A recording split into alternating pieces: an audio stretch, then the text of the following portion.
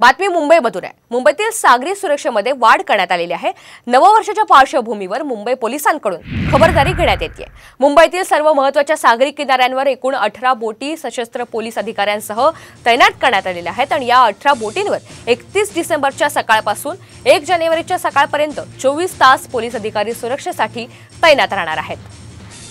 दरम्यान याचा सविस्तर आढावा घेतलेला आहे प्रतिनिधी रुपाली बडवे यांनी। मुंबईकर सध्या 31 आणि न्यू इयरच्या खरं मोडमध्ये गेलेले आहे। सेलिब्रेशनचा मोड आहे आणि आपण माझ्या मागे सध्या बघू शकता की या ठिकाणी आपण गेटवे ऑफ इंडियाच्या परिसरामध्ये आहोत।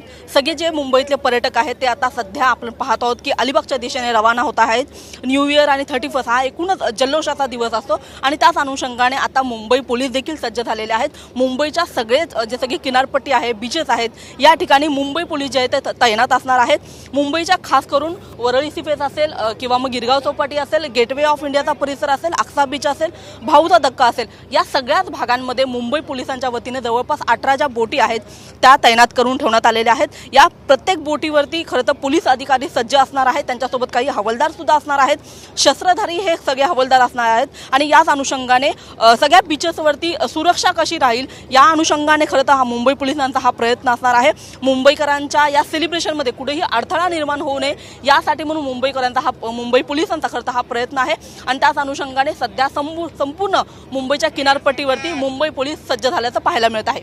कॅमेरामन अनुप कुलकर्णीसह मी रुपाली बडवे, साम टीव्ही, मुंबई।